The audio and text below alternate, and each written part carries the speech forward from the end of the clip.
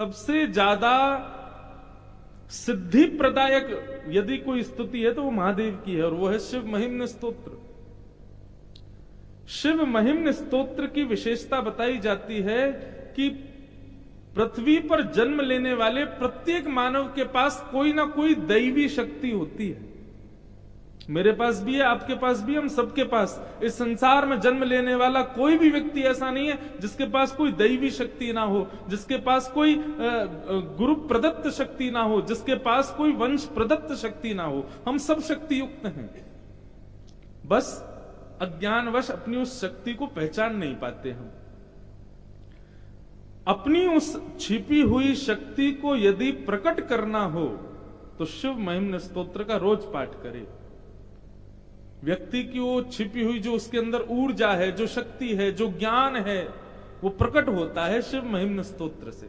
एक प्रकार से बीज तो है, लेकिन जल नहीं डालोगे तो पौधा कैसे बनेगा। ऐसे ही हम सबके भीतर ज्ञान, वैराग्य, भक्ति और शक्ति रूपी बीज तो है। शिव महिम्न स्तोत्र रूपी जल डालो, एक दिन वो पौधा बन के प्रकट होगा। ऐसे शास्त्र की आज्ञा है। एक कथा बड़ी प्रसिद्ध आती है कि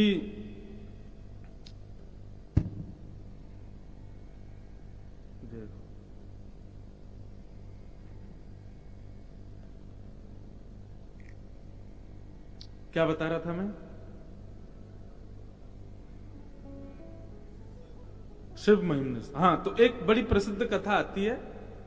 एक राजा था, थोड़ी शंकर जी की महिमा भी सुन लो। भरत जी, लक्ष्मण जी, राम जी, शंकर जी कहेंगे हमारे क्षेत्र में आयो ना, हमारी प्रशंसा कर दो। तो एक राजा था, शंकर जी का बहुत बड़ा भक्त था। उसके मन में विचार आया कि मैं शंकर जी की नित्य उपासना करता हूं, बिल्व पत्र अर्पित करने के लिए बाहर से मंगाने पड़ते हैं। उसने एक बगीचा बनाया और पूरे बिल्व पत्र ही उसमें लगा दिए। पुष्प आदि सब वहीं प्रकट होते थे। राजा अपने ही बगीचे के बिल्व पत्र पुष्प आदि तोड़ करके स्वयं लेकर के जाता और महादेव को अर्पित करता था। उसी नगर में महादेव का एक दीनहीन सा भक्त भी रहता था। उसके मन में विचार आया कि भाई शंकर जी की उपासना हम भी करते हैं, बिल्व पत्र आदि की थोड़ी कभी कभी कहीं मिलते नहीं, लेकिन राजा के बगीचे में रोज मिलते हैं, क्यों ना वहीं से ले लिए जाएं। तो वो क्या करता, राजा के भी आने से पहले वो दीन हिंसा भक्त बगीचे में घुस जाता और सारे बिल्व पत्र पुष्प आदि सब इकट्ठे करके वो चढ़ाया था। राजा को बड़ा बुरा लगता, बगीचा मेरा, मेहनत मेरी, सब कुछ मेरा, चढ़ा कोई और देता है। तो उसने सैनिकों को तैनात कर दिया, बोले बगीचे की रखवाली करो, देखो कौन तोड़ता है। वो जो भक्त था दीनहीन सा, उसके पास में एक विद्या थी, और वो विद्या ऐसी थी, ऐसी शक्ति थी कि वो अदृश्य हो जाता था। तो जैसे ही वो बिल्व पत्र आदि तोड़ने के लिए जाता और सैनिक उसको पकड़ने के लिए भागते, तुरंत वो अदृश्य हो जाता। सैनिक बड़े परेशान, बोले क्या करें। बोले राजा बड़ा डांटता है रोज कि भाई उसको पकड़ो, और उसको पकड़ने के लिए जाते हैं तो वो अदृश्य हो जाता है, क्या करें। पकड़ें तो पकड़ें कैसे, नहीं पकड़ें तो राजा हमको डांटते हैं। तब एक दिन राजा से जाकर के सब सैनिकों ने कहा, बोले महाराज ऐसा नहीं है कि हम उसके हितकारी हैं, हम उसको पकड़ना चाहते हैं, लेकिन वो अदृश्य हो जाता है। तो राजा बोला अदृश्य हो जाता है। तब राजा ने अपने गुरुदेव को जाकर के बात बताई, बोले कि एक व्यक्ति मेरे महादेव की उपासना में विघ्न डाल रहा है, सारे बिल्व पत्र पुष्पों को तोड़ करके ले जाता है, क्या करूं बताइए। गुरुदेव ने कहा कैसे, उसको पकड़ा करो। बोले कि महाराज वो अदृश्य हो जाता है। अदृश्य होने की बात सुनकर के गुरुदेव समझ गए कि उसके पास में दैवी शक्ति है। तो गुरुदेव ने कहा इसकी दैवी शक्ति को नष्ट करना पड़ेगा। राजा ने कहा दैवी शक्ति कैसे नष्ट होगी। बोले कि भैया भगवान के ऊपर चढ़ी हुई निर्माल्य यदि चरणों में पड़ जाए तो कितनी भी बड़ी दैवी शक्ति हो वो नष्ट हो जाती है। जब इंद्र अपनी पदवी से भ्रष्ट हो सकता है, हम तो मानव हैं। तो इसलिए हमारे शास्त्रों में नियम है कि जैसे मंदिर में भगवान की चढ़ी हुई माला, पुष्प, तुलसी, बिल्वपत्र यदि मंदिर में आपके पैर के नीचे आ गए तो दिक्कत नहीं है, लेकिन मंदिर परिसर से बाहर यदि वो नीचे गिर गए और आपका चरण उस पर पड़ गया तो आपके भजन छिन्न हो जाएंगे, आपके पुण्य क्षीण हो जाएंगे, आपकी दैवी शक्तियां नष्ट हो जाएंगी। भगवत अर्पित होने के बाद में वो पुष्प, वो पत्र नहीं है, वो साधारण नहीं है, उस समय वो साक्षात भगवत स्वरूप ही है। तो राजा को बता दिया, बोले कि आप एक काम कीजिए, अपने बगीचे में भगवान शंकर के ऊपर चढ़े हुए बिल्व पत्रों को फैला दीजिए। जैसे ही वो व्यक्ति आएगा, निर्माल्य बिल्व पत्र पर उसका पैर पड़ेगा, उसकी शक्ति क्षीण हो जाएगी, पकड़ लोगे आप उसको। राजा ने यही किया, शंकर जी पर चढ़े हुए बिल्व पत्रों को उठा करके ले गया और अपने समस्त बगीचे में उनको फैला दिया और सो गए रात्रि में। सुबह उठते ही महाराज जैसे ही वो व्यक्ति आया, अच्छा उसकी तो ऐसी हरकत हो गई थी कि वो पूरे सैनिकों को चुनौती देके प्रवेश करता था, आओ पकड़ के दिखाओ, क्योंकि पकड़ते वो अदृश्य हो जाता। आज सैनिक भी बोले अंदर घुस के तो दिखा तू, बोले कि मैं तो जाऊंगा जैसे हमेशा जाता हूं वैसे आज भी जाऊंगा, बोले आज जाके दिखा। उसको पता नहीं था कि वहां निर्माल्य बिल्वपत्र पड़े हैं, जैसे ही चरण रखा निर्माल्य पर पैर पड़ते ही उसकी शक्ति चली गई। वो तो अपना बिल्वपत्र तोड़ने लगा, बोले जब आएंगे तब अदृश्य हो जाऊंगा। जैसे ही सैनिकों ने जाकर के उसको पकड़ना चाहा, उसने अदृश्य होना चाहा, लेकिन अब वो अदृश्य नहीं हो पाया क्योंकि उसकी शक्ति नष्ट हो गई थी, निर्माल्य पर पैर रख दिया था। राजा को जाकर के खबर दी, पकड़ लिया महाराज, अब अदृश्य नहीं हो पा रहा, उसकी सिद्धि नष्ट हो गई है। राजा ने अपनी तलवार निकाली, बोले लाओ, बहुत दिनों से पकड़ने का प्रयास कर रहे थे इसको, आज पकड़ में आया, इसका सर धड़ से अलग तो करें हम। अब राजा तलवार निकाल के उसको मारने के लिए जा रहा था और वो व्यक्ति नेत्रों से अश्रुपात करते हुए महादेव को याद करता है, हे महादेव, माना कि मैंने चोरी की, लेकिन किसी रत्न की चोरी तो नहीं की, किसी व्यक्ति का भोजन तो हरण नहीं किया, किसी व्यक्ति को अपने जीवन जीने में दिक्कत आवे ऐसी वस्तु को चोरी कहा जाता है। उसको जीवन जीने में तो कोई दिक्कत हो नहीं रही थी, केवल आपकी उपासना के लिए मैंने वहां से बिल्वपत्र पुष्प आदि चुराए थे, ये कोई दोष तो नहीं था। यदि भगवान ये मेरा दोष था तो मेरा सर कट जाए, लेकिन यदि ये मेरा दोष नहीं है तो कृपा कर आप मेरी रक्षा करो। और तब उसने, राजा चलकर के आ रहा है महादेव का स्मरण करते हुए, महिम न पारम ते परम विदुषो यत्सदृशि स्तुते ब्रह्मादीना ममितदवसन्नत्स्वयि गिर अथावाच्यः सर्व स्वमति परिणामवधिगृह्णन् ममाप्येषस्तोत्रे हरनिरपवाद परिकर। जैसे ही शिव महिम्न स्तोत्र का गान करना प्रारंभ किया और संपूर्ण शिव महिम्न स्तोत्र का गान करते हुए महादेव को स्मरण किया, शिव महिम्न स्तोत्र जैसे ही पूर्ण हुआ, सामने आए, राजा ने अपनी तलवार को उठा करके जैसे ही उसके सर को धड़ से अलग करना चाहा, उसकी जो सिद्धि थी अदृश्य होने की, जो निर्माल्य पर पैर रखने से जा चुकी थी, शिव महिम्न स्तोत्र के पूर्ण होते ही वो सिद्धि पुनर्प्रकट हो गई और वो अदृश्य हो गया। राजा नहीं मार पाया।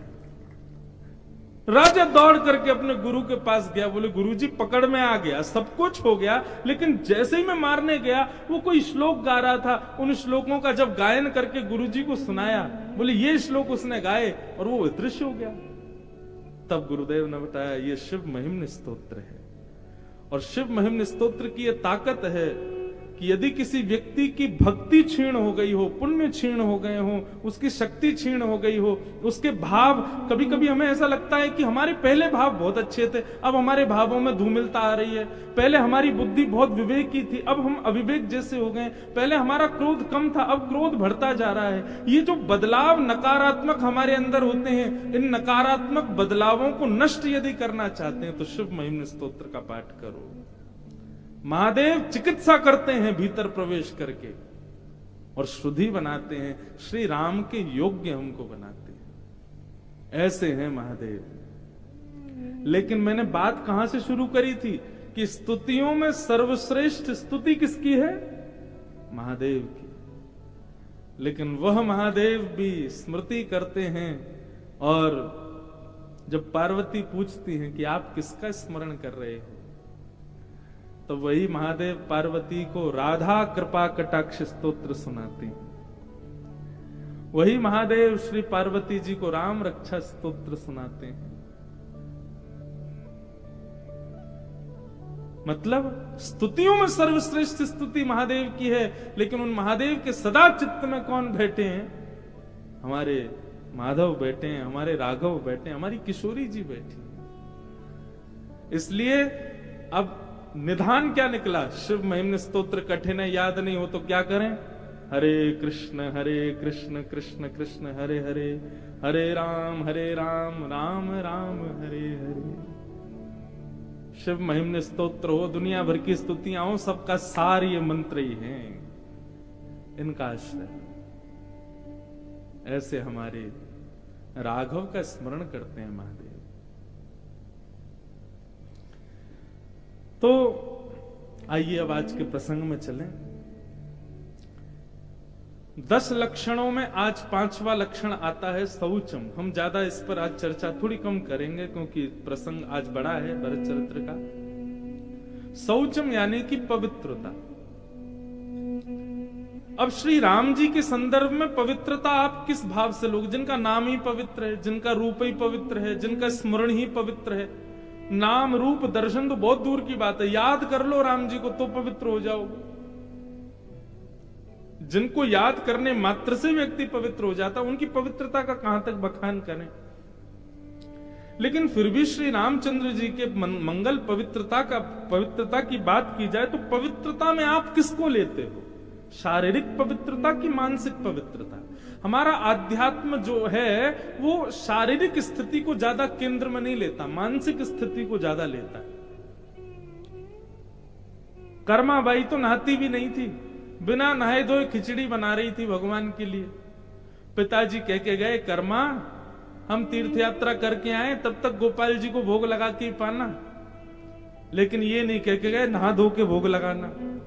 बिना नहाए धोए सुबह उठ करके कर्मा बाई झूठे मुंह झूठे हाथ खिचड़ी बनाती है, और उस खिचड़ी को खाने के लिए स्वयं जगन्नाथ जी आते हैं। इसका मतलब कि शारीरिक पवित्रता एक प्रकार से संसार को रिझाने के लिए है, महादेव को रिझाने के लिए नहीं, राम को रिझाने के लिए नहीं।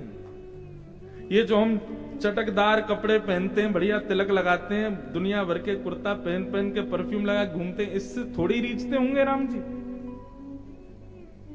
यदि सुंदर रूप होना, पौरुष होना, शरीर होना ही राम जी को रिझाता तो रावण कम नहीं था उसमें। छरेरा बदन रावण का, लोगों के एक मुख होते हैं उसके 10 मुख थे। लेकिन हमारे यहां एक श्लोक कहा जाता है, शरीरम स्वरूपम तथा वा कलत्वम रथश्चारु रुचिरम धनम मेरुतुल्यम मनश्रेण लग्नम कृष्ण चरणारविंदम ततः किम ततः किम ततः किम ततः किम। सुंदर शरीर है, सुंदर रूप है, सुंदर धन है, सुंदर पत्नी है, सुंदर सब कुछ है आपके पास, लेकिन मनश्रेण लग्नम राम चरणारविंदम, सब कुछ सुंदर है लेकिन मन राम जी के चरणों में नहीं लगा है तो सब व्यर्थ है, सब बेकार है। रावण के पास क्या नहीं था? सब कुछ था, लेकिन मन नहीं लगा था राघव के चरणों में। और वहीं वानरों को देखो, ना रूप इतना सुंदर, ना शरीर इतना सुंदर, ना कोई संपत्ति, घर बार तो है नहीं, पेड़ों पे ही रहते बेचारे, कुछ भी सुंदर नहीं, लेकिन मन लगा हुआ है श्री राम जी के चरणों में, इसलिए उनका सब कुछ सुंदर लगता है। आज श्री हनुमंत लाल जी, जामवंत जी, सबको हम लोग पूछते हैं, उनके नाम सुनकर के दंडवत करते हैं, प्रणाम करते हैं। ये बात मैं क्यों कह रहा हूं? संसार का व्यक्ति उन सब वस्तुओं के पीछे भागता है जो सब रावण के पास था, ऐश्वर्य, संपत्ति, पौरुष, बुद्धिमानी, चतुराई। संसार का मानव इन सब चीजों के पीछे भागता है, लेकिन हनुमान जी जिसके पीछे भागे उसके पीछे कोई नहीं भागता। श्री राम, उनके पीछे हनुमान जी भागे। इसलिए भैया ऐसा नहीं है कि कुछ मत पाओ, सब पाओ, सबके पीछे भागो, लेकिन राम जी को केंद्र में लेके भागो, राम जी को हृदय में धारण करो। तो पवित्रता से मतलब है मानसिक पवित्रता। आपको पता है पूरे ब्रह्मांड में सबसे पवित्र यज्ञ होता है, सबसे पवित्र संस्कार होता है अंतिम संस्कार, और वह भी यदि पिता अपने पुत्र के हाथों अपना संस्कार कराता है तो उसकी बड़ी महिमाएं शास्त्रों में बताई गई हैं। जब पुत्र पिता का संस्कार करता है तो पिता पुम नामक नरक में जाने से बच जाता है। लेकिन पुत्र कैसा होना चाहिए? पुत्र सुधरा हुआ होना चाहिए। यदि पुत्र ही कुपुत्र है तो प्रयास करना चाहिए कि किसी सत्पात्र से ही संस्कार हो। लेकिन आप सौभाग्य देखो उस जटायु का।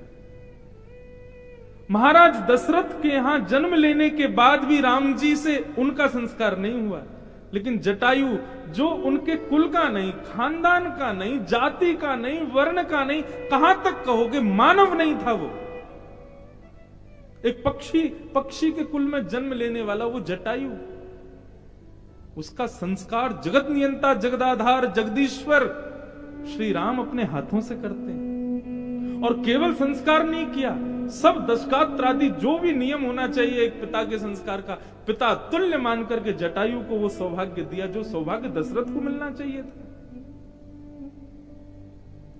कारण केवल एक, भक्ति को अज्ञान हरण करके ले जा रहा था, उस भक्ति को बचाने का प्रयास किया जटायु ने,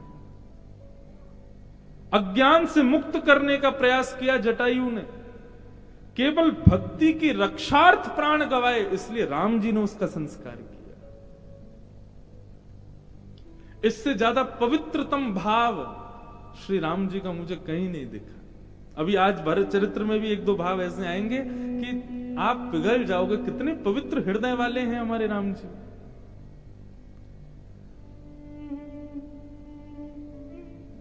मुझे आज जब मैं इस विषय का चिंतन कर रहा था तो मुझे जटायु को बार बार प्रणाम करने का मन कर रहा था। कितना बड़ा सौभाग्यशाली था जटायु, अपने हाथों से ठाकुर जी चिता लगा रहे हैं, अपने हाथों से ठाकुर जी उसका अंतिम संस्कार कर रहे हैं। बंधुओं, संसार का सबसे बड़ा सत्य है मृत्यु, सबसे बड़ा सत्य, क्योंकि मृत्यु के समय पर कितना भी बुरा आदमी हो सब उसकी प्रशंसा ही करते हैं, कितना भी दुष्ट हो चार लोग उसकी प्रशंसा ही करते हैं। लेकिन ऐसी स्थिति में भी जटायु की प्रशंसा, जटायु के गुण, और अपनी गोद में, राम जी की गोद में प्राण त्यागे जटायु ने, इससे ज्यादा पवित्रतम भाव और कहां देखोगे आप। राम जी हृदय के बड़े पवित्र हैं। लक्ष्मण से कहते हैं, लक्ष्मण मैंने अपने पिता का संस्कार नहीं किया, लेकिन जब मेरे हाथों में जटायु ने प्राण त्यागे तो मेरे मन में भाव आया शायद मेरे पिता ही हूं, मैं इनका संस्कार करूंगा। और एक पुत्र के भांति समस्त संस्कार जटायु के किए। अरे कहां तक कहें, आकाश से देवताओं ने पुष्प वर्षण किया जटायु के संस्कार पर। श्री राम जी संस्कार कर रहे हैं। ऐसे परम पवित्र श्री राम जी को हम प्रणाम करते हैं, जिनका हृदय इतना निर्मल है, इतना पवित्र है।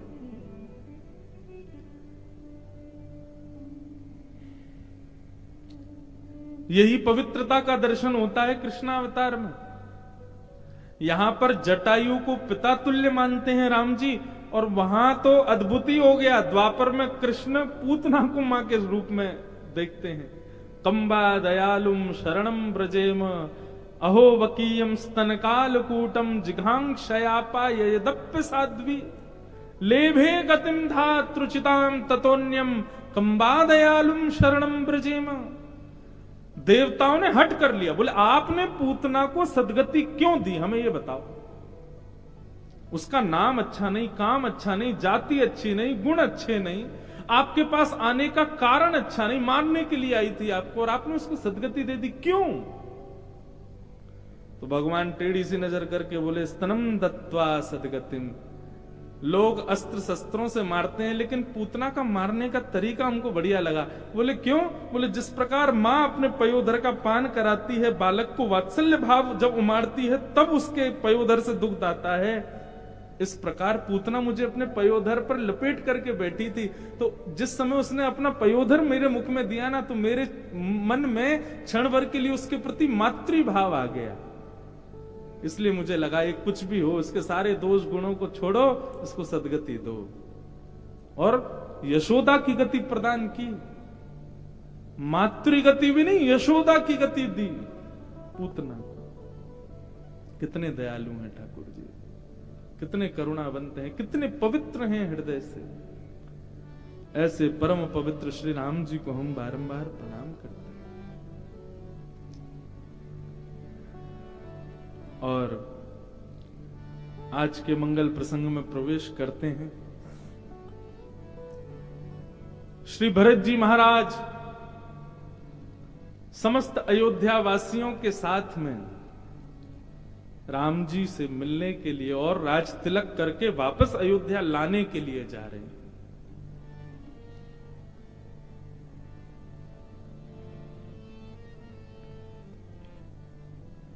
निज गुण सहित राम गुण गाथा, निज गुण सहित राम गुण गाथा, सुनत जाहि सुमिरत रघुनाथा, सुनत जाहि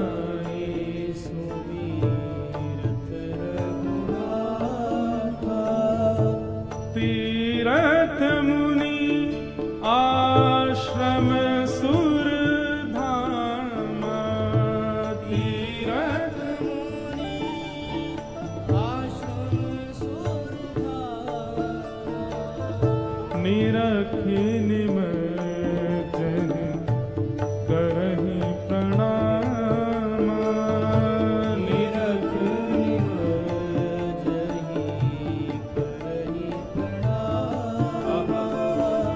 मन ही मन मागहि वर एहु, मन ही मन मागहि हे सिया राम पदम स्नेहु, सिया राम पदम सिया राम पदम स्नेहु, सिया राम पदम स्नेहु। भरत जी महाराज भरद्वाज मुनि के आश्रम से अब आगे चित्रकूट की ओर प्रस्थान करने लगे। राम जी के गुणगानों को सुनते हुए और उन्हीं का स्मरण करते हुए, जब भरद्वाज ऋषि ने बताया कि संकल्प लेते समय भरत खंडे सुनते ही राम जी के हाथ कांपने लगते थे। भरत जी अब सोच रहे हैं कि मैं इसका विषाद करूं कि इसकी प्रसन्नता करूं।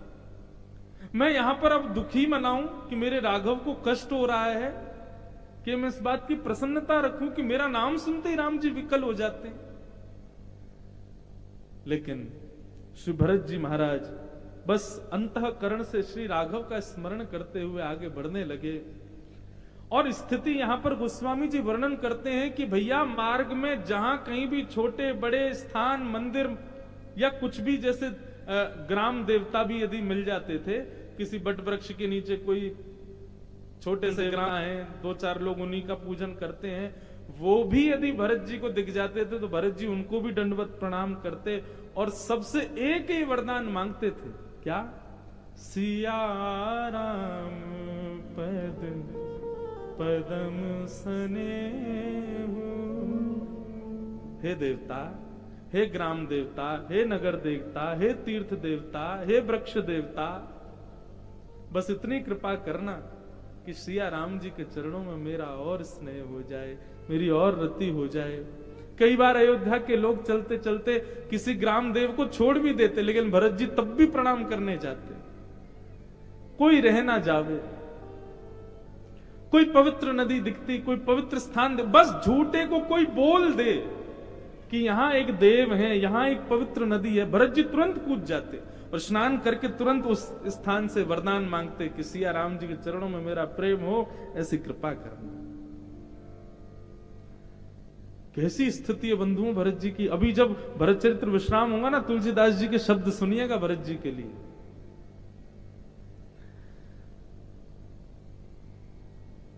सब जगह प्रणाम करते हुए जा रहे हैं। मिले ही किरात कोल बनवासी, बेखानस बटु जति उदासी। रास्ते में कोल भील ग्रामवासी जो भी मिलते हैं, सबको भरत जी महाराज खूब स्नेह देते हैं। और अकेले भरत जी नहीं, सब अयोध्यावासी, यदि कोई नहीं भी देता तो भरत जी पकड़ के लाते, बोले इसको प्रणाम कर, राम जी यहां से इससे मिलके गए हैं।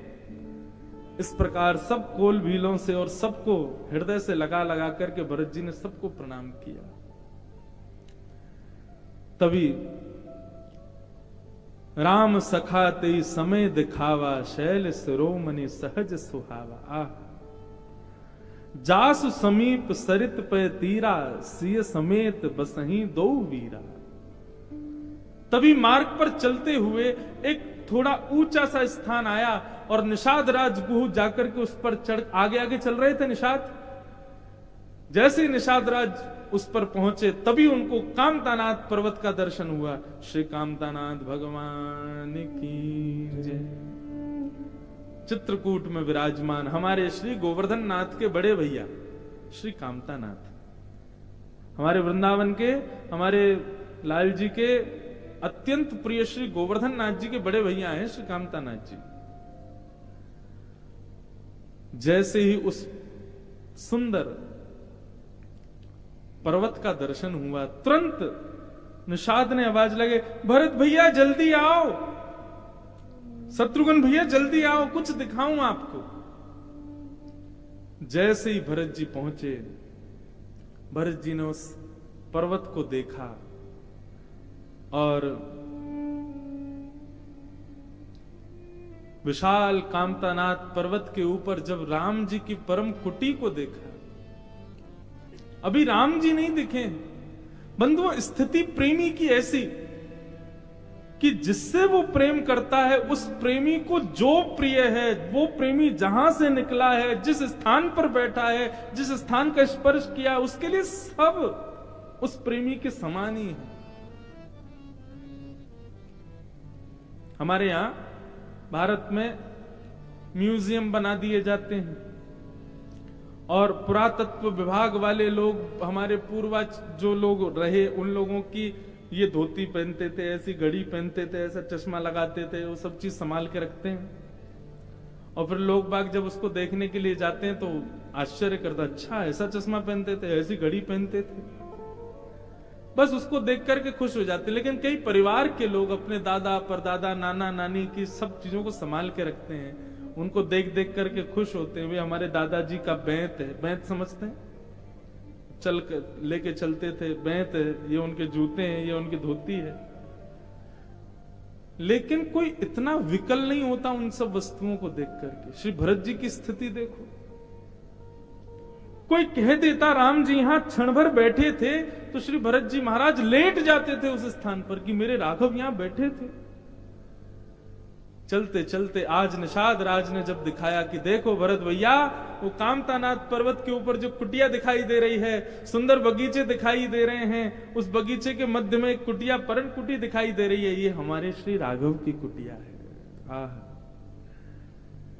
देख कर ही सब दंड प्रणाम, कही जय जान की जीवन राम। प्रेम मगन अस राज समाजू, जन फिर अवैध चले रघुराजू। भरत जी महाराज ने जैसे ही कुटिया को देखा, दंडवत प्रणाम किया, दूर से ही दंडवत प्रणाम करने लगे। ये शास्त्रों की आज्ञा है बंधुओं। भरत जी महाराज की स्थिति तो प्रेम की है, परंतु आप किसी भी तीर्थ में जाओ, किसी भी क्षेत्र में जाओ, वहां के प्रमुख स्थान के मंदिर के शिखर का, ध्वजा का दर्शन करो, सबसे पहले उसका दर्शन करते वहीं से प्रणाम करो। ये शास्त्र आज्ञा है। भरत जी के लिए मंदिर से कम नहीं है वो कुटिया। भरत जी महाराज वहीं लेट गए, वहीं से दंडवत प्रणाम करने लगे। भरत जी को देख सारे अयोध्यावासी वहीं से दंडवत प्रणाम करने लगे और सब जय जयकार, कही जय जानकी जीवन राम। जानकी जीवन श्री रामचंद्र महाराज की, ऐसा जय जयकार सब अयोध्यावासी करने लगे।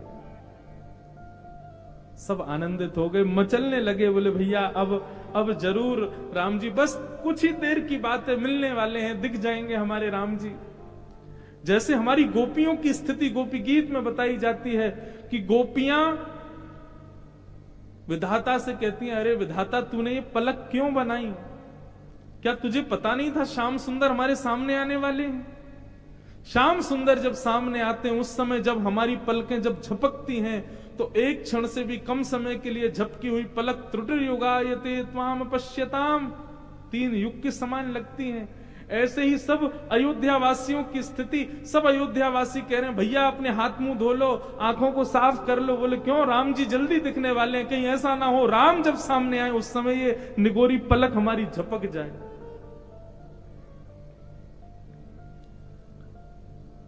भारत प्रेम ते ही समय जस, तस कही सकही न शेष। तुलसीदास जी कह रहे हैं भरत जी के प्रेम को शेषनाग भी अपने 1000 फणों से गा नहीं सकते। कवि ही अगम जिम ब्रह्म सुख, अहमम मलिन जनेश। कवियों की बात तो बहुत दूर की है, शेषनाग भी यदि अपने 1000 फण से गाने के लिए बैठे कि मैं भरत का यश गाऊंगा, भरत का प्रेम बताऊंगा, तो शेषनाग की भी इतनी सामर्थ्य नहीं है कि वो भरत जी के प्रेम को बता सके। गोस्वामी जी कह रहे हैं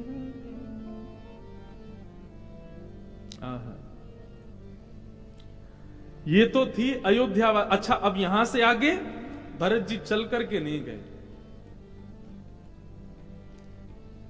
सब चल करके जा रहे हैं, लेकिन जहां से परन कुटी दिखी है राघव की, भरत जी वहां से चल करके नहीं गए, दंडवत प्रणाम करते हुए जा रहे हैं, जिसको हम दंडवती परिक्रमा कहते हैं ना। ऐसे भरत जी दंडवत करते हैं और एक कोई स्मारक रख देते हैं और फिर उठ करके राम राघव रक्ष माम, फिर उस स्मारक को उठा के फिर आगे रखते हैं, राम राघव रक्ष माम, राम राघव पाहि माम, राम राघव रक्ष माम, राम राघव पाई माम। इस प्रकार दंडवत करते हुए जा रहे हैं।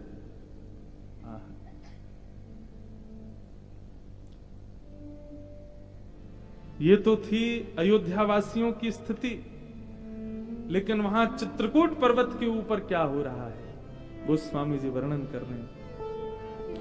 उहाँ राम रजनी अवशेष, उहाँ राम रजनी अवशेष, जागे सिय सपन अस देखा, जागे सिय सपन अस देखा।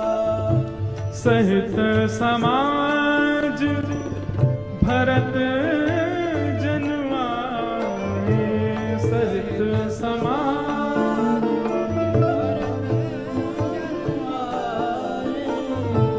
नाथ वियोग आप तन ताए, नाथ वियोग आप तन ताए। वहां चित्रकूट पर्वत के ऊपर वहां क्या हो रहा है?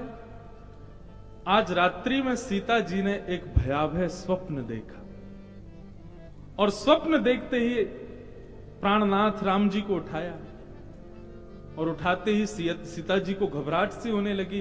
तो राम जी ने पूछा क्या हुआ? सीता जी बोली मुझे कुछ अपशगुन जैसा स्वप्न दिखा। राम जी बोले क्या दिखा? बोले ऐसा दिख रहा है कि सारा समाज अयोध्या भरत जी के सहित वो मुझे दिखाई दे रहा है। और आगे वर्णन करती हैं, देख सासु आन अनुहारी।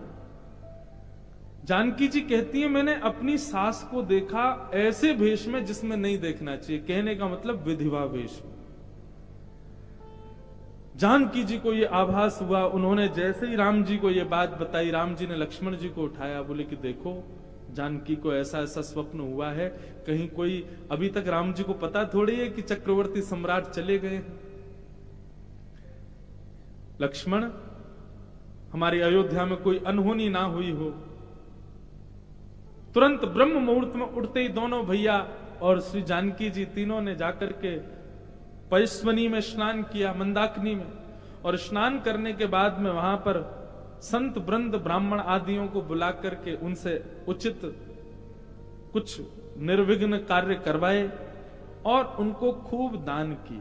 अब देखो यहां पर एक मेरा प्रश्न मेरे को ही मन में उठा, राम जी वनवासी हैं, कुछ साथ लाए नहीं हैं, लेकिन ऐसा कितनी बार हम सुनने को आता है कि श्री राम जी ने ब्राह्मणों को बुलाकर के, संतों को बुलाकर के कोई उचित पूजा आदि करी, आदि आदि जब जो कुछ भी किया, और उसके बाद उनको खूब सुंदर दान किया। सब जगह लिखा है। मैंने कहा राम जी दान क्या करते थे? क्यों? साथ में कुछ था तो था नहीं।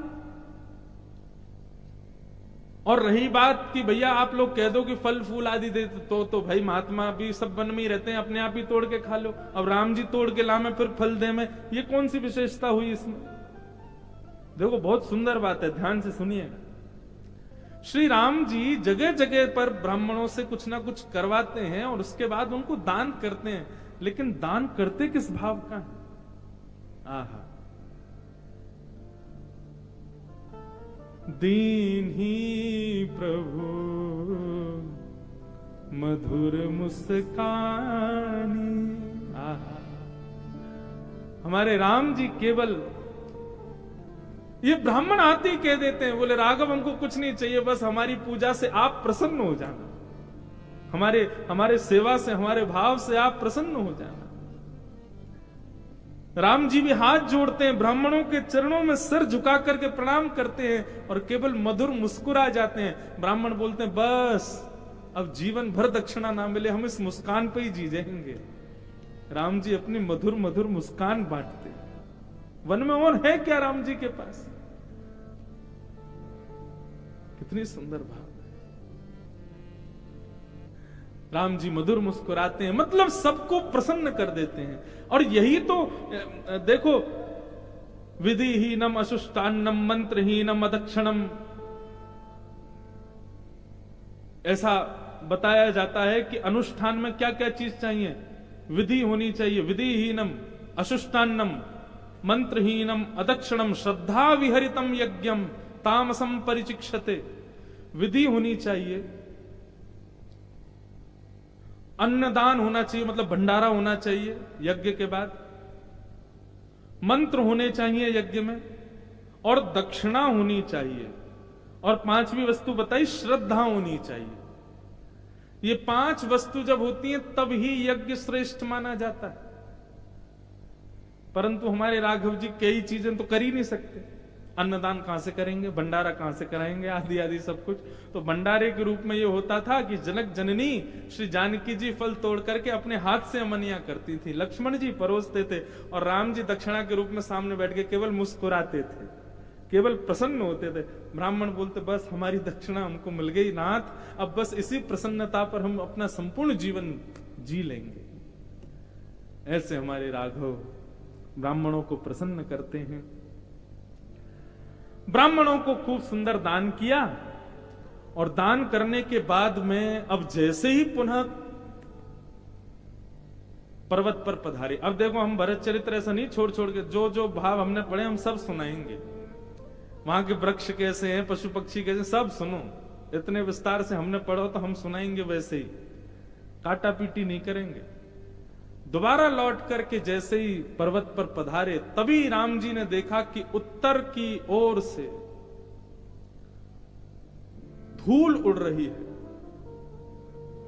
पक्षी करलव करते हुए उड़ते हुए आ रहे हैं और ये इस बात का द्योतक है कि मानो बहुसंख्यक लोग उत्तर की दिशा से आ रहे हैं। राम जी बोले लक्ष्मण ये सामने, क्योंकि आज भी अगर आप चित्रकूट जाएंगे तो देखेंगे कि थोड़ी दूर तक कोई पहाड़ी नहीं, बीच में कामतानाथ जी और नीचे पूरी हरियाली, पूरा वन है।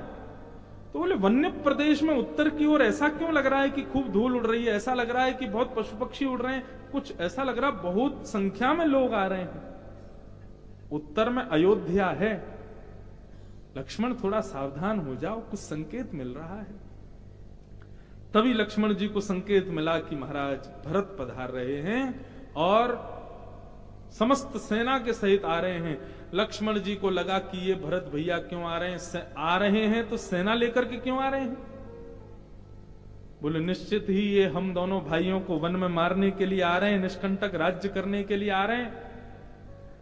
लक्ष्मण जी ने तुरंत अपने बाणों को और तीरों को संभाला और आज प्रतिज्ञा करते हैं, वर्णन आता है मानस में, आज महादेव भी यदि बचाने के लिए आएंगे तो वो भरत भैया को मुझसे बचा नहीं पाएंगे। जैसे ही कंपायमान होने लगे लक्ष्मण जी, इतने में ही देववाणी हुई, आकाशवाणी हुई और आकाशवाणी में देवताओं ने कहा लक्ष्मण जी थोड़ा विचार कीजिए, आप जो सोच रहे हैं वैसा कुछ नहीं, भरत जी को आने तो दीजिए, आप पहले से ही प्रतिज्ञा मत लीजिए, आप सौगंध मत खाइए रघुनाथ जी की, किस भाव से कैसे आ रहे हैं ये सब विचार करो। सुनि सुर वचन लखन सकुचाने, राम सिय सादर सन्माने। देवताओं की वाणी सुनकर के लक्ष्मण जी थोड़े शांत हो गए, राम सीता जी के साथ बैठ गए। सनहु लखन भल भरत सरीशा, विधि प्रपंच मुंह सुना न दीशा। भरत जी जैसा आपको सुनने में नहीं मिलेगा, देखने में नहीं मिलेगा। लक्ष्मण जी को रोष हुआ तो लक्ष्मण जी को आत्मग्लानि हुई कि मैंने मां को वचन दिया था कि मैं क्रोध नहीं करूंगा बेवजह, और मैं मां के वचन को निभा नहीं पाया। तब राम जी ने उनको समझाया, बोले यदि भरत आ रहा है लक्ष्मण, तो भरत के तुम सुंदर भाव को नहीं जानते। अरे तुम युद्ध का विचार कर भी कैसे सकते हो, भरत के हृदय में ऐसी भावना उत्पन्न होगी। तुम अयोध्या के राज सिंहासन की बात कर रहे हो, पूरे ब्रह्मांड का सिंहासन भी यदि भरत को दे दिया जाए तो मेरे लिए दुत्कार देगा भरत। मैं जानता हूं भरत को, भरत कैसा है, वो युद्ध करने के लिए नहीं आ सकता। मेरी चिंता इस बात की नहीं है कि भरत यहां पर कहीं युद्ध करने तो नहीं आ रहा, मेरी चिंता कोई और है कि भरत कहीं मुझे वापस ले जाने तो नहीं आ रहा। भगवान को प्रसन्नता भी है कि भरत आ रहे हैं, लेकिन चिंता भी है, क्योंकि भरत में सामर्थ्य है, भरत के प्रेम में यह सामर्थ्य है कि वो पिताजी के इस वचन को पूर्ण नहीं होने देगा जो वनवास का मेरा है। राम जी तो महादेव को याद करने लगे, हे महादेव कृपा करो, भरत आए मिले सब हो, लेकिन कहीं मुझे वापस ना ले जाए। क्यों? अहम भक्त पराधीन मैं अपने भक्त के पराधीन हूं। श्रीमद् भागवत में घोषणा करते हैं भगवान, पूरा विश्व मेरे पराधीन है, लेकिन मैं अपने भक्त के अधीन हूं। भक्त यदि कह दे कि ऐसा है तो मुझे वो करना ही पड़ेगा, उसके आगे मैं नतमस्तक हूं। कहीं भरत मुझे वापस ना ले जाए। राम जी की वाणी सुनकर के थोड़ा चैन मिला लक्ष्मण जी को।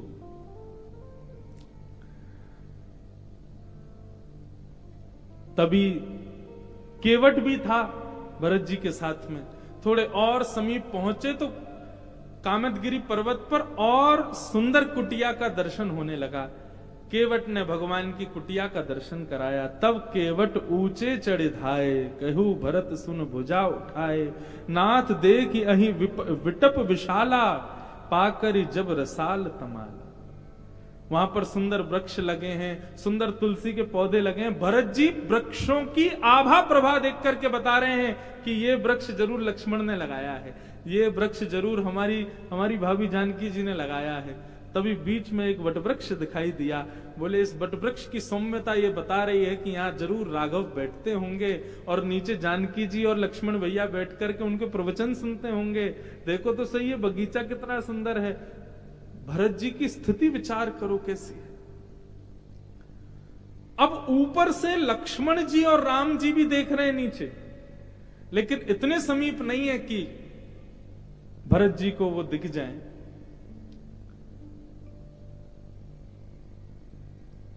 भरत जी महाराज देख करके अति प्रसन्न होते हैं और प्रसन्न होने के बाद भरत जी महाराज कहते हैं चलो अब शीघ्रता करनी चाहिए, राम जी के पास जल्दी चलें।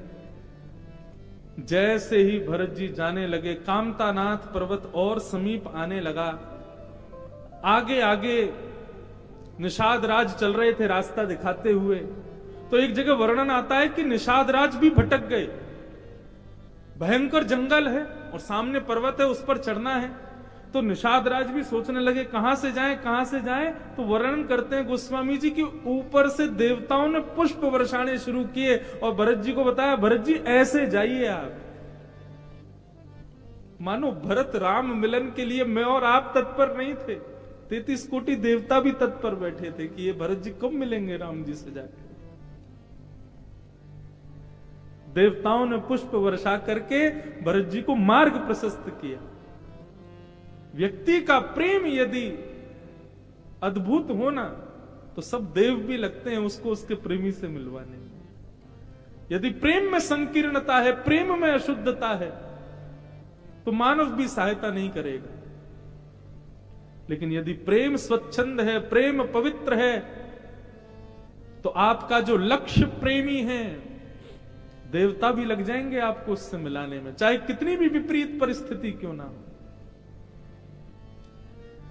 देवताओं ने पुष्प वर्षा करके भरत जी को मार्ग दिखाया। जैसे ही कामतानाथ के परिसर में प्रवेश किया, बस अब कुछ ही दूर पर्वत और पर्वत के ऊपर जो कुटियाएं दिख रही थी वो रह गई थी।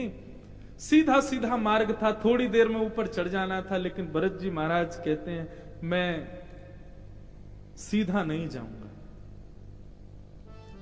मैं सामने से कुटिया में प्रवेश नहीं करूंगा, मैं पीछे से प्रवेश करूंगा। क्यों? क्योंकि मैंने ऐसे कृत्य किए हैं, मैं राम जी के सन्मुख स्पष्ट जाने योग्य नहीं हूं। निषाद राज और केवट कहते हैं बोले भरत जी यहां से आप ऊपर जाएंगे तो शाम तक पहुंच जाएंगे कुटिया पर, यदि घूम करके जाएंगे तो एक दिन एक रात्रि और लग जाएगी। आप पीछे के मार्ग से क्यों जाना चाहते हैं? भरत जी कहते हैं मैं योग्य नहीं हूं इतनी जल्दी राम जी। अब देखो तड़प भी रहे कि राम जी मिले मुझे जल्दी, लेकिन अपनी अयोग्यताओं के लिए कहते हैं कि मैं इतना योग्य नहीं कि इतनी जल्दी मिलूं, अभी और श्रम करना चाहिए। और सीधी बात तो यह है निषाद राज, मैं सीधे मुख्य द्वार से प्रवेश करूं इतना योग्य नहीं हूं मैं, मेरी वजह से वन में आए हैं, मुझे सकुचाते हुए संकोच वश ऊपर पहुंचना चाहिए, इसलिए पीछे का मार्ग बताओ। भरत जी महाराज अपना मार्ग मोड़ देते हैं और घूमते हुए कामतानाथ पर्वत की परिक्रमा लगाते हुए पीछे की ओर जाते हैं।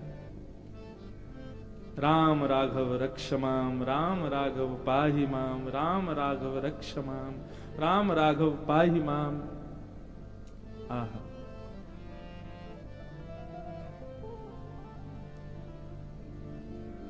देखी भरत गति अकथ अतीवा, देख भरत गति अकथ अतीवा, प्रेम मगन मृग खग जड़ जीवा, प्रेम मगन मृग खग जड़ जीवा, सखही स्नेह विपश मग भूला, सखही स्नेह विपश मग भूला, कहीं सुपंथ सुर वर्ष फूला, कहीं सुपंथ सुर वर्ष फूला,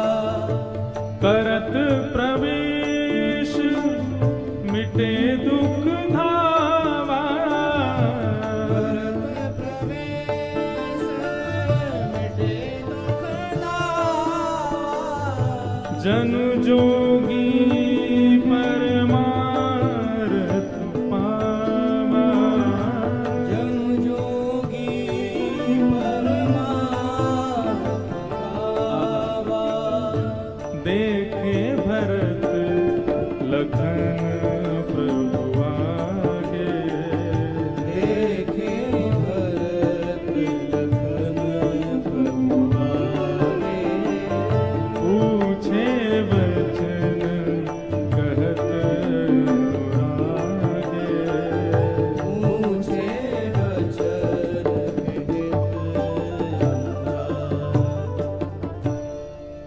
इतना सुंदर वर्णन कर रहे हैं गोस्वामी जी कि देवताओं ने मार्ग दिखाया, भरत जी महाराज चलने लगे, भरत जी के प्रेम से खग मृग जड़ जीव सब प्रसन्न हो रहे हैं।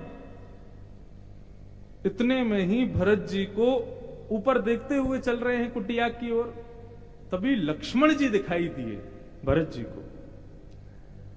लक्ष्मण जी जैसे ही दिखे तो मानो जैसे बिहारी जी में कभी बिहारी जी के आगे पर्दा आ जाए और पर्दा आने पर जो दर्शनार्थी हैं वो उचक करके देखते हैं कि पर्दा के भीतर बिहारी जी हमको दिख जाएं, ऐसे ही लक्ष्मण जी के पीछे ठाकुर जी खड़े हैं, राम जी खड़े हैं, और लक्ष्मण जी के किनारे से राम जी का केवल पीत वस्त्र भरत जी को दिखाई दे रहा है। बस उस पीत वस्त्र को देख करके ही भरत जी महाराज विकल हो रहे हैं और बार बार उचक करके देख रहे हैं कि लक्ष्मण के पीछे खड़े हुए हमारे राम जी दिखाई दें। इस तरीके से खड़े हैं कि लक्ष्मण, ऐसा नहीं कि लक्ष्मण ने छुपा रखा राम जी को, ऐसे खड़े हैं कि राम जी भरत जी को दिख नहीं रहे, बस उनका उड़ता हुआ वस्त्र लक्ष्मण भरत जी को दिख रहा है, लक्ष्मण जी आगे दिख रहे हैं। और बस थोड़ी देर निहारते निहारते थोड़ी देर में राम जी ने एक पग आगे बढ़ाया और जैसे ही लक्ष्मण जी जो वादक से बन रहे थे, अच्छा अभी राम और लक्ष्मण को भरत नहीं दिख रहे, नीचे वन में से भरत जी देख रहे हैं। जैसे ही राम जी का रूप दिखाई दिया, थोड़े से आगे बढ़े हैं राम जी, वर्णन करते हैं कैसा स्वरूप है राम जी का। केवल कल वसन जटिल तनु श्यामा, नील वर्ण है, श्याम वर्ण है और उस पर भी वलकल वस्त्र पहने हुए। जनु मुनिवेश कीन रति कामा, अपने केशों को जटा बना रखा है ऊपर करके और मुनि वर के रूप में श्री राघव दिख रहे हैं। लेकिन उस वनवासी भेष में भी राम जी ऐसे हैं कि करोड़ों करोड़ों काम भी उनके रूप को देख करके मोहित हो जाए।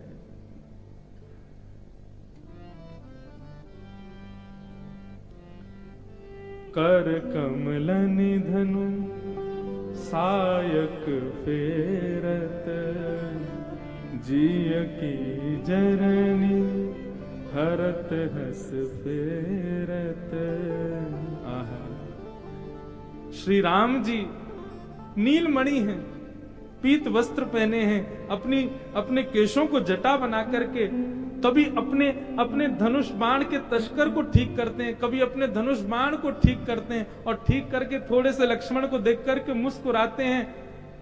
भरत जी जो दंडवत प्रणाम करते आ रहे हैं, जगह जगह जख्म हुए हैं, श्री राम जी की केवल मधुर मुस्कान को दूर से देख करके मानो भरत जी को जितनी भी पीड़ा उनके अंग में हुई है वो सब उनकी दूर होती जा रही है। वहीं बैठे बैठे दर्शन कर रहे हैं राम जी का, इतने आनंद में भरत जी भर गए हैं।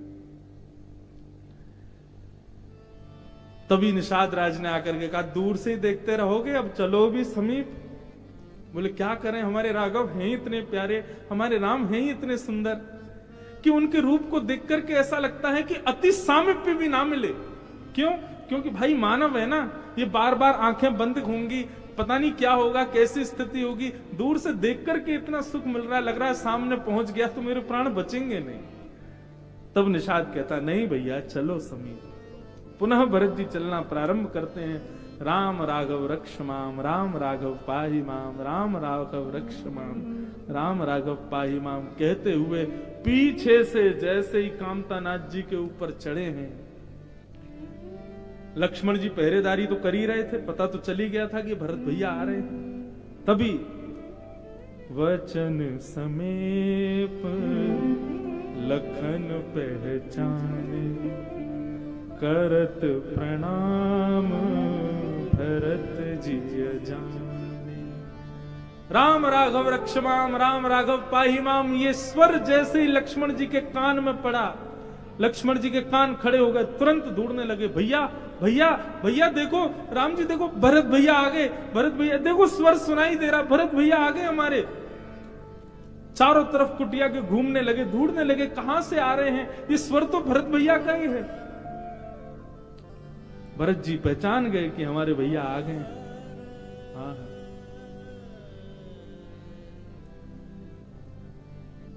इतने में ही दंडवत प्रणाम करते हुए श्री भरत जी महाराज कामतानाथ के उस स्थान पर पहुंच गए जहां पर श्री भरत जी निवास कर रहे हैं। करत सप्रेम नाई महिमा था, भरत प्रणाम करत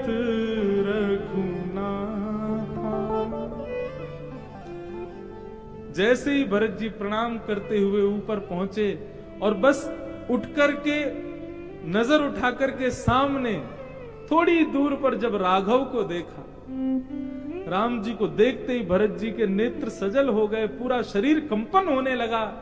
भरत जी महाराज वहीं दंडवत हो गए, वहीं से राम जी को प्रणाम करके लेटे लेटे ही रुदन करने लगे। भरत को पृथ्वी पर लेटे देख, रुदन करते देख राम जी कहां रुक सकते थे। राम जी भी विकल हो गए, तुरंत राम जी भी दौड़े अधीन होकर के, और अधीन होकर के दौड़े रोते हुए भरत जो लेटे हैं पृथ्वी पर, उठा करके उनको अपने हृदय से लगा दिया। उठे राम सुनी प्रेम अधीरा, कहूं पट कहूं निशंग धनु तीरा। कहीं पटका गिरा है, कहीं धनुष गिरा है, कहीं तस्कर गिरा है बाणों का। अपनी सुध नहीं है राम जी को, दौड़ करके भरत को अपने हृदय से लगा लिया। मेरे प्राण आ गया, मेरा भरत आ गया।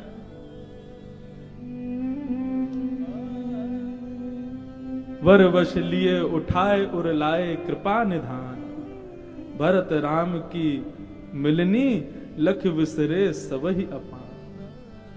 राम जी ने अपने हृदय से लगा लिया। उन मानो जैसे ऐसे इस प्रकार राम जी ने अपने अंक में भरा है भरत को कि अब ये मुझसे दूर ना जावे, बस मानो मेरे प्राण आ गए हो, मानो जैसे जल को समुद्र मिल गया हो, मानो जैसे मछली को जल मिल गया हो।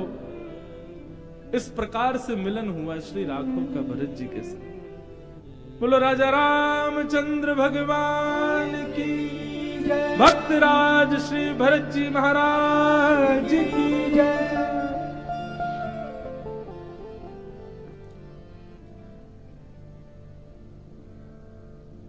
ऐसे भरत जी से अपने हृदय लगा करके श्री राम जी मिल रहे हैं और इस प्रेम मिलन को देख करके सब लोग अधीर हो रहे हैं, आनंदित हो रहे हैं।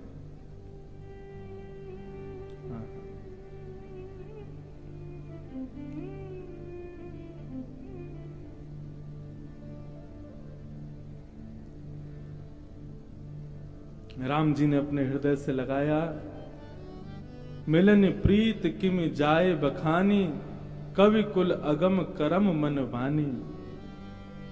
मिलन की प्रीत कैसे बखान की जाए, वह तो केवल भरत जी ही जानते हैं कि उनको कितना सुख मिल रहा है आज राम जी के शरण में आकर के। आहा।